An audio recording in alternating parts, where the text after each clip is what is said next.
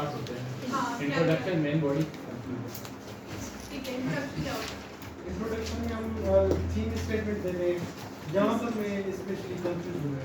अच्छा, फिर theme statement अच्छा, चलो हम उसका नाम पे लेते हैं। इंट्रोडक्शन दूसरा क्या होता है? Theme statement main, body and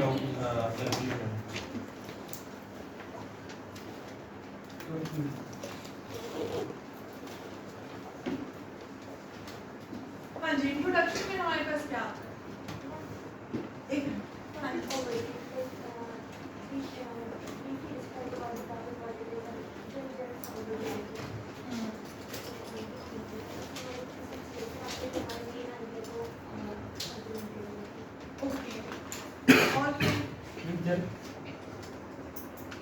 generally statement दे दें हम या एक लाइन में या दूसरी से वो क्या होती है? मैं कोई भी एक लाइन में आपको तीसरा statement Ma'am, the overview of essay or the topic on which we are going to write. that is your thesis statement or your introduction. So introduction. Okay, what is thesis statement?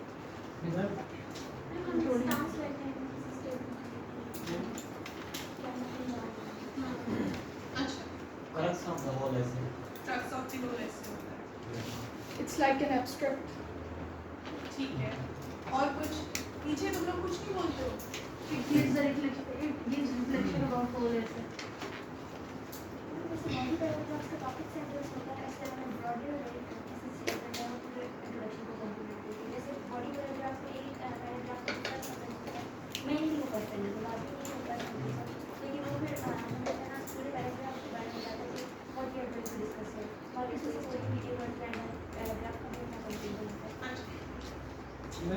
मेरा question अच्छा, पूछो, sorry. वो भी मैं बता रहा हूँ thesis statement जो आप पूछ रहे हैं, लेकिन मेरे थीम स्टेटमेंट जो था ना उस पर कंफ्यूजन थी काफ़ी, क्योंकि काफ़ी ऐसे CSPs हैं जो मना करते हैं कि आप थीम स्टेटमेंट ना लिखें, ओके, और काफ़ी कहते हैं कि आप थीम स्टेटमेंट लिखें, यानी कि आप जनरल टू स्पेसिफिक जाएं, या काफ़ी कहते हैं कि आप स्पेसिफिक टू जनरल जाएं। तो क्या थीम स्टेटमेंट जो है वो डालनी चाहिए या नहीं? मेरा तो ये ख्याल है कि डालनी चाहिए, उसके बगैर आपके एग्जामिनर को क्या पता चलेगा कि आप करने क्या जा रहे हैं? क्योंकि आपका जब पेपर जाएगा तो उस पे आके आपने एग्जामिनर को नहीं पता चला कि आप उसमें क्या बात करने जा रहे हैं। Why would the examiner waste time and read your paper? Examiner ने कोई 1000-2000 पर्चे चेक करने होंगे, वो सिर्फ ये क्यों देख लेगा इसने क्योंकि नहीं लिखा तो चलो मैं इसके बाकी 15-20 पेजेस पढ़ के ढूंढने की कोशिश करता हूँ या करती हूँ कि बच्चा बात क्या करने चाह रहा है। It doesn't make any sense. हमें भी कोई इस तरह की चीज़ दे तो हम भी नहीं पढ़ेंगे, हमें से किसी के पास इतना टाइम नहीं होता। ठीक है, थीसिस स्टेटमेंट के बारे में स्पेशली थीसिस स्टेटमेंट होता है जैसे कि हम पूरे एक ऐसे को प्रिसाइज करके उसको लिखे हैं और एग्जामिनर को बता दें कि भाई हम ये एरियाज जो हैं ये इसमें लिख रहे हैं, ये एरियाज आगे जाएंगे, यानी कि ऐसे कहने के फेस होता है आपके पूरे ऐसे का आपकी थीसिस स्टेटमेंट। अब इस थीसिस स्टेटमेंट में एक सवाल है और वो क्वेश्चन ये है कि स्पेशली जो कुछ CSPs हैं वो ये कहते हैं कि आप इंट्रोडक्शन में ही थीसिस स्टेटमेंट लिखें, और काफ़ी कहते हैं कि आप जो है ना काफ़ी कहते हैं कि आप आउटलाइन में ही थीसिस स्टेटमेंट लिखें, ओके, और काफ़ी जो है वो कहते हैं कि आप इंट्रोडक्शन में लिखें, यानी कि पहले आप एग्जामिनर को पढ़ने का मौका दें कि आपने लिखा क्या है, क्योंकि जो हमारा इंट्रोडक्शन का जो होता है पहला पैराग्राफ वो तकरीबन 1 से 1.5 पेज का होना चाहिए लाजम, तो आप मौका दें उसको कि वो पढ़े, रीड करे कि आपने लिखा क्या है, आपका एक्सप्रेशन कैसा है और आप किस तरह से बयान कर रहे हैं एक चीज़। तो क्या ये चीज़ सही है कि हम आउटलाइन में लिखे थीसिस स्टेटमेंट या इंट्रोडक्शन में था पहले थीम स्टेटमेंट उसके बाद टॉपिक उसके बाद थीसिस स्टेटमेंट है? मेरा ये ख्याल है कि आप जो है आउटलाइन में थीसिस स्टेटमेंट ना लिखें। Outline should be very precise, लेकिन वर्ड आइडिया होना चाहिए। आपका जो इंट्रोडक्शन है उसमें एक प्रॉपर सेंटेंस या 2 प्रॉपर सेंटेंसेस आपके होने चाहिए जो आपकी थीसिस स्टेटमेंट, जिसमें जिस तरह आपने बात भी की कि आपका एक्सप्रेशन भी पता चल रहा हो, एग्जामिनर इतना इंट्रीग्ड भी हो कि वो पढ़े कि इसमें क्या है। ठीक है, समझ आई? अब हम देखेंगे इसके अंदर क्या होता है। अच्छा, इंट्रोडक्शन में हमारे पास सबसे पहले क्या चीज आती है, हम किसी भी ऐसे को ओपन कैसे करोगे? हाँ, Any story, any fact. Theme statement Related to the quotation. Any quotation या ठीक है, कोई कोटेशन, आयत, शेर, एनीथिंग, जी ठीक है, उससे हम ओपन कर सकते हैं। एक बड़ी जनरल सी स्टेटमेंट इसी चीज के बारे में देके उसको फिर हमने स्पेसिफिक की तरफ लेके जाना है, ठीक है। हम क्या करेंगे, ओपनिंग स्टेटमेंट देंगे अपनी एक। नहीं राइटिंग समझ आए तो मुझे बता दें, मेरी राइटिंग बहुत good है। अच्छा, ओपनिंग स्टेटमेंट हमारे पास एक बड़ी जनरल सी चीज होगी जो हमारे पास फॉर एग्जांपल एजुकेशन के ऊपर आया, higher education in Pakistan.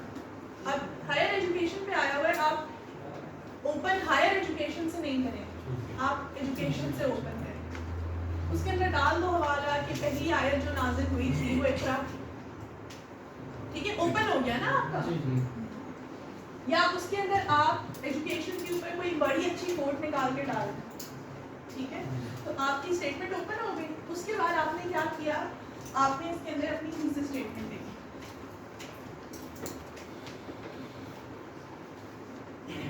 Thesis statement होगी कि आप क्या स्टैंड्स रखते हैं उस टॉपिक के हवाले से। समझ आ रही है?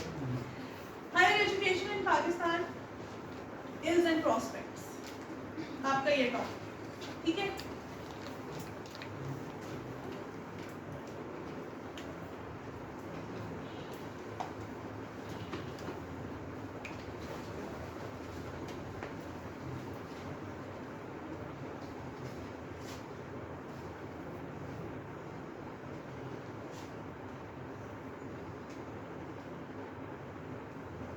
हमने इसके अंदर ओपनिंग स्टेटमेंट दे दी, किसी कोटेशन से, आयत से, किसी भी चीज से हमने इसको ओपन कर दिया। Opening statement not more than 2 sentences, ठीक है, क्योंकि खामा में हमने टाइम भी नहीं वेस्ट करना, हमने अटेंशन लूज नहीं करने देनी अपने एग्जामिनर, ठीक है। उसको ये जरूर बताना हमने पढ़ा बहुत कुछ है, लेकिन हम आपको इससे आगे की कहानी भी सुनाना चाहते हैं। आपकी थीसिस स्टेटमेंट क्या होगी इससे रिलेटेड, इसका स्टैंस क्या बनता है? कि हायर एजुकेशन में हमारे पास एक तो फील्ड ऑफ रिसर्च के बारे में मालूम देखो, ओपनिंग स्टेटमेंट लेट्स से हमने हवाला दिया है, ओपनिंग स्टेटमेंट इस तरह से की है कि जो पहली आयत नाज़िल हुई थी वो इकरा थी, इसकी एजुकेशन के ऊपर इस्लाम में बहुत ज़्यादा फोकस है। इस्लाम से हम फिर लेके आएंगे चीज़ पाकिस्तान में, और इसी वजह से क्योंकि इस्लाम पाकिस्तान की बेस है तो यहाँ पे एजुकेशन और फिर न्यू वर्ल्ड ऑर्डर और इसके अंदर हमारे क्या चैलेंजेस है 21st सेंचुरी में, तो हमें अपनी एजुकेशन के ऊपर बहुत तवज्जो देनी है। लेकिन however higher education in Pakistan have this issues. अब आपकी थीसिस स्टेटमेंट है। Can you say that higher education in Pakistan is not up to the standards and that it should be like how उस तरह से start करें, and then we are discussing common points like shortcomings of Pakistan.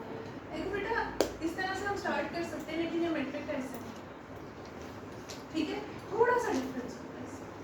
सही ma'am, thesis statement की placement opening statement के बाद मतलब intro के राइट ऊपर यहाँ मिड में या लास्ट इंट्रो के शुरू, शुरू में। हाँ ठीक है, ताकि वो जो पढ़ने वाला है उसको पता हो कि हम क्या कर रहे हैं।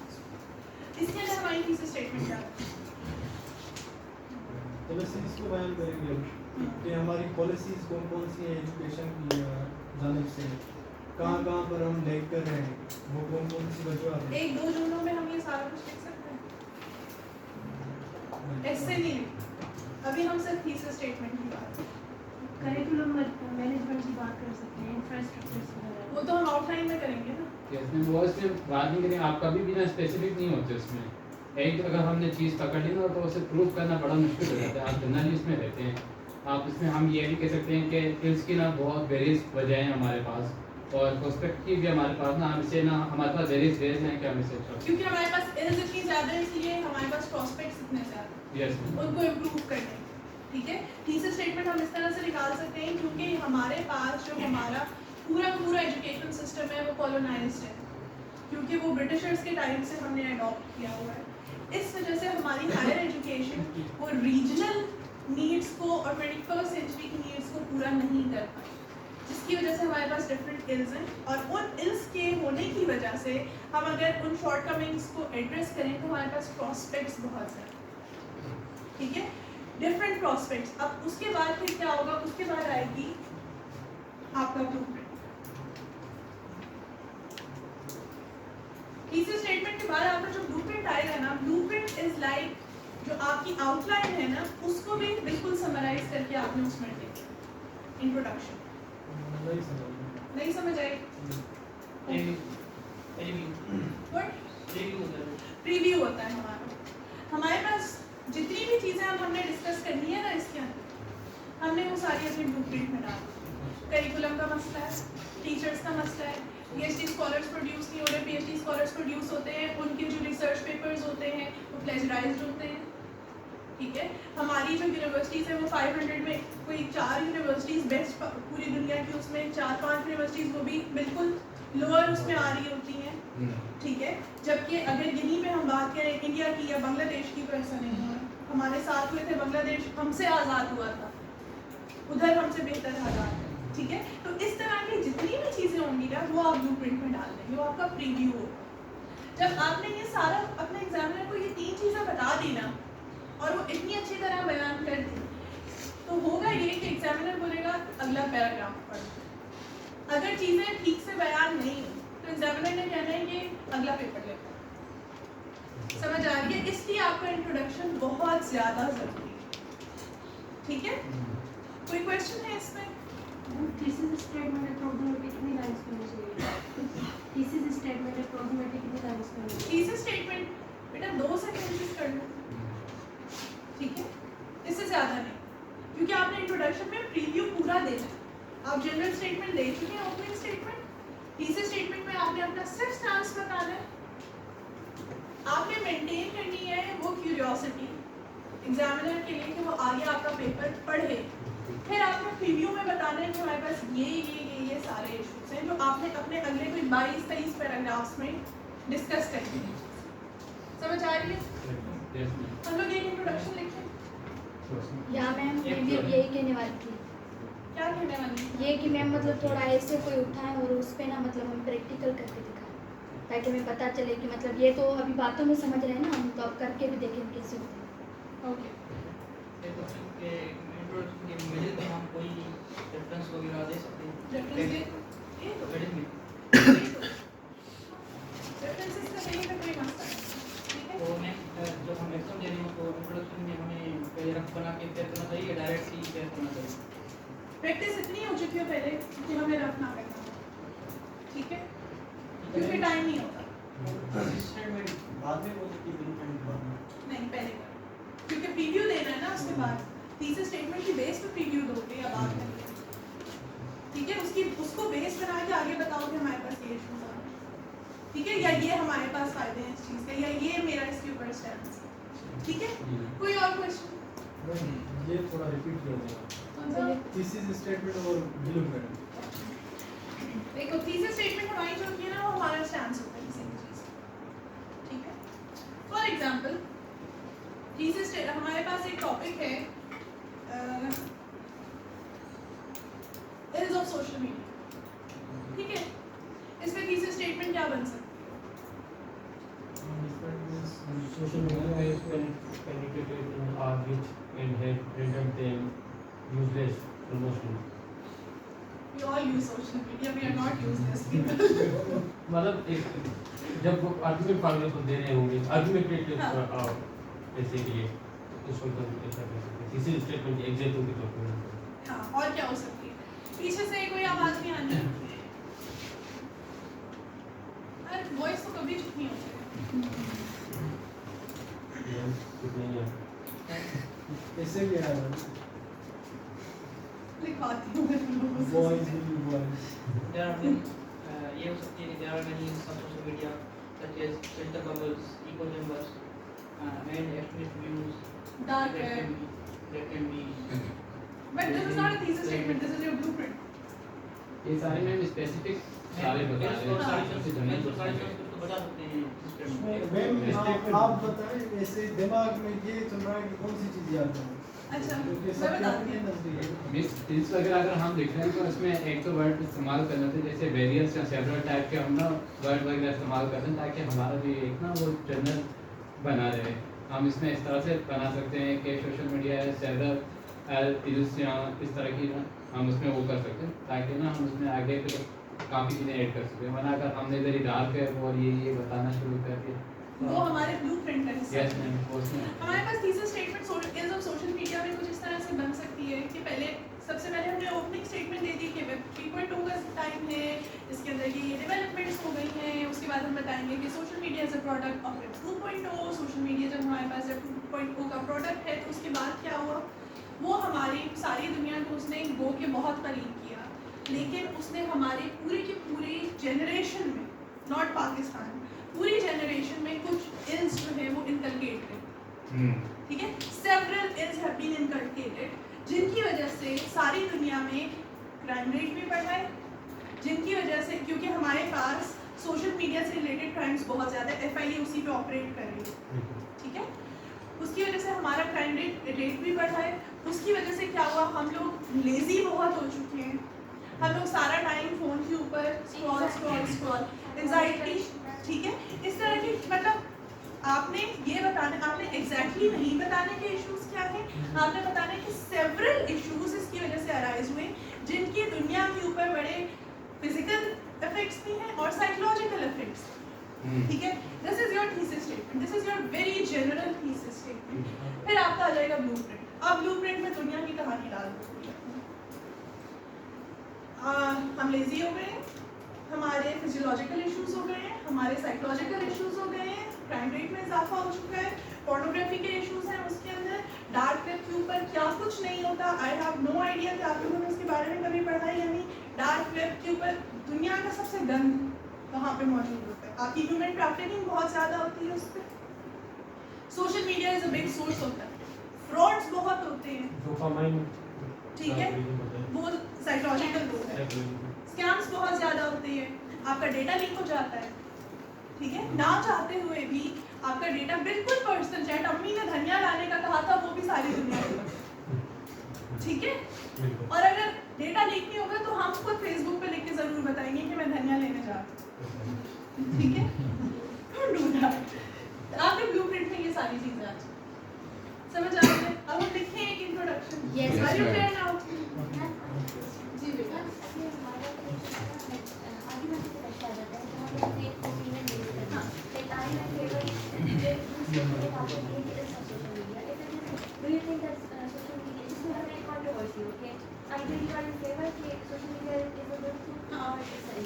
So उस basis पे हम किसी statement को balance लिख सकते हैं, like instead of going in favor or against, can we go like it's up to the individual, it is the both at the same time.